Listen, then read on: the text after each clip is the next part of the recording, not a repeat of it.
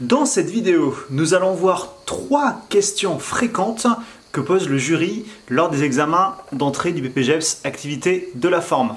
Alors ces questions, ça va être le projet professionnel, les expériences professionnelles et les expériences liées au monde du fitness.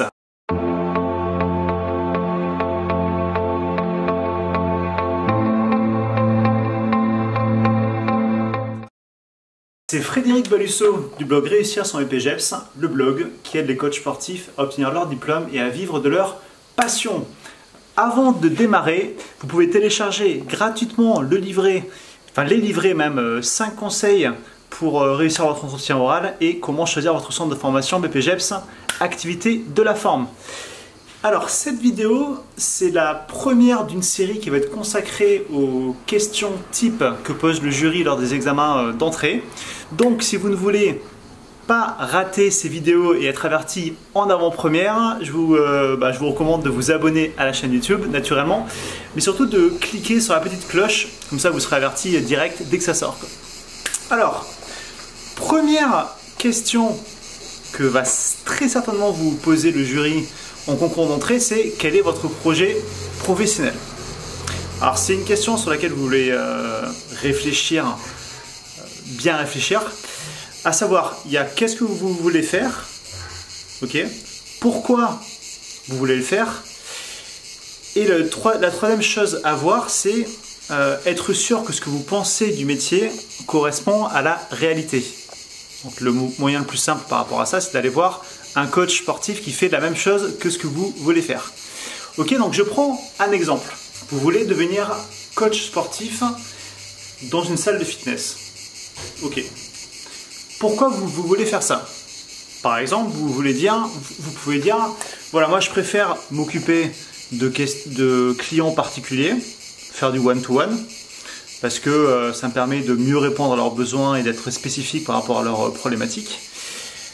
Vous voulez faire ça dans une salle de fitness, pourquoi? Parce que vous avez tout le matériel nécessaire à disposition pour arriver aux objectifs que votre client souhaite. Vous n'avez pas que du petit matériel. Et en plus de ça, dans une salle de fitness, vous avez toute une possibilité, tout un potentiel de nouveaux clients, de prospects. Okay. Ensuite, une fois que vous avez défini ça, le plus simple, c'est d'aller parler à 2-3 coachs qui exercent déjà ce métier-là et d'avoir les détails spécifiques à leur activité. Lorsque vous allez voir le jury et que vous lui dites voilà, j'ai parlé à 3 coachs, 2 dans ma salle, 1 dans une autre salle. En moyenne, ils payent un loyer de 400 € à la salle tous les mois. Ils ont chacun une douzaine de clients qui voient 1 à 2 fois par semaine. Ils facturent leur séance 70 € de l'heure en moyenne, ce qui leur fait, ils m'ont dit, environ 5 000 € de chiffre d'affaires par mois. Et dans leur poche, après paiement des frais du loyer, des taxes et compagnie, environ 2 800 €. Voilà, là on voit en tant que jury que vous connaissez le sujet, que vous savez ce que vous voulez, que vous savez pourquoi vous le voulez et que vous vous êtes quand même renseigné correctement dessus.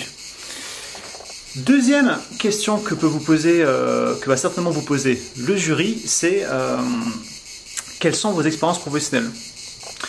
Donc là, l'intérêt de la question n'est pas que vous listez tout ce que vous avez fait avant, mais l'intérêt c'est de savoir en quoi vos expériences passées peuvent vous aider à être un coach unique. Ok?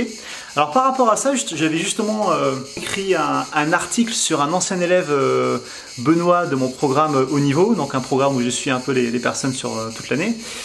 Et dans cet article-là, que j'ai nommé comment votre parcours professionnel fait de vous un coach unique, justement Benoît, qui est kiné, indique lui, clairement, le fait d'être kiné, ça lui donne des atouts en termes de prévention des blessures et en termes de pathologie.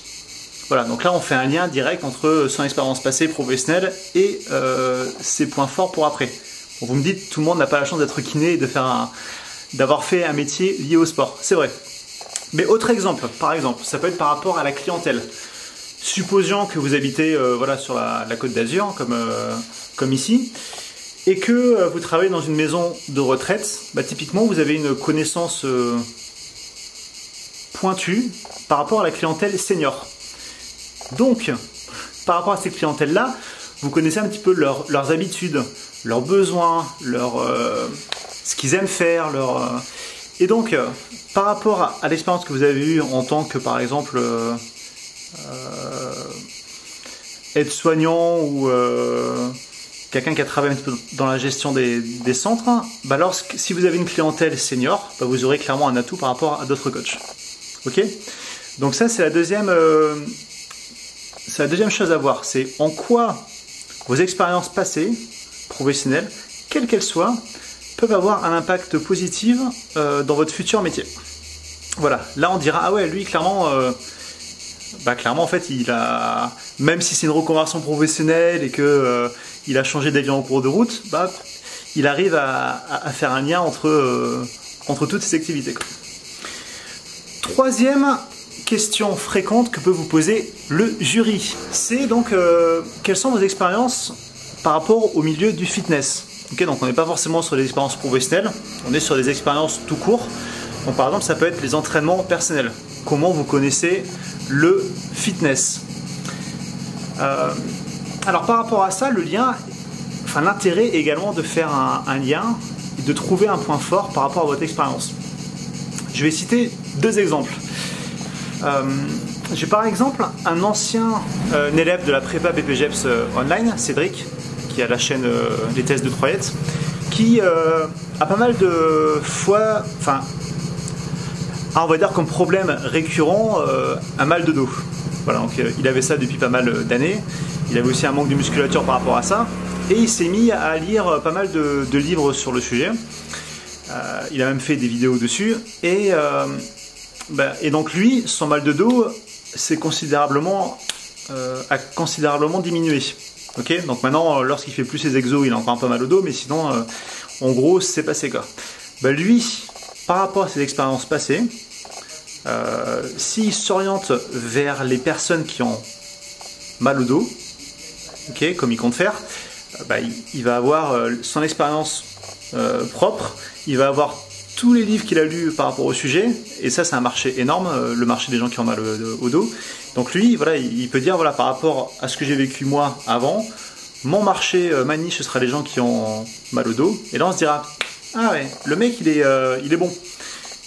Il a fait pareil d'une faiblesse, entre guillemets, le mal de dos, une force, à savoir un atout pour lui en tant que coach sportif. Deuxième exemple sur le sujet, pour rester sur des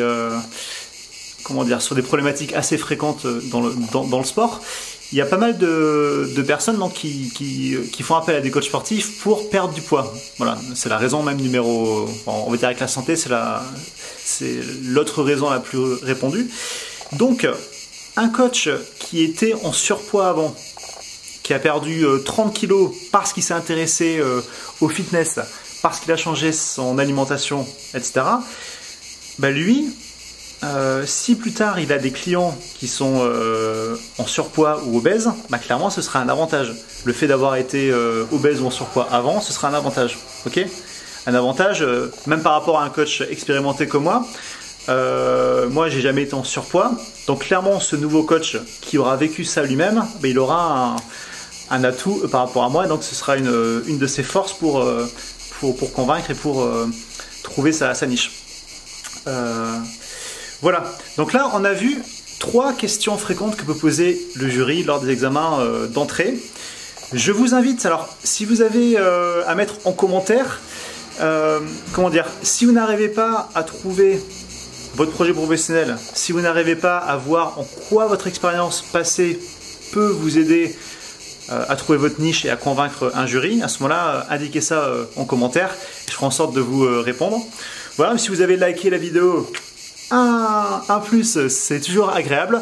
Et surtout, si vous avez d'autres personnes qui, comme vous, préparent les examens d'entrée du BPGEPS, n'hésitez pas à leur partager la vidéo. Voilà, c'était Frédéric Balusso du blog Réussir son BPGEPS. Ciao!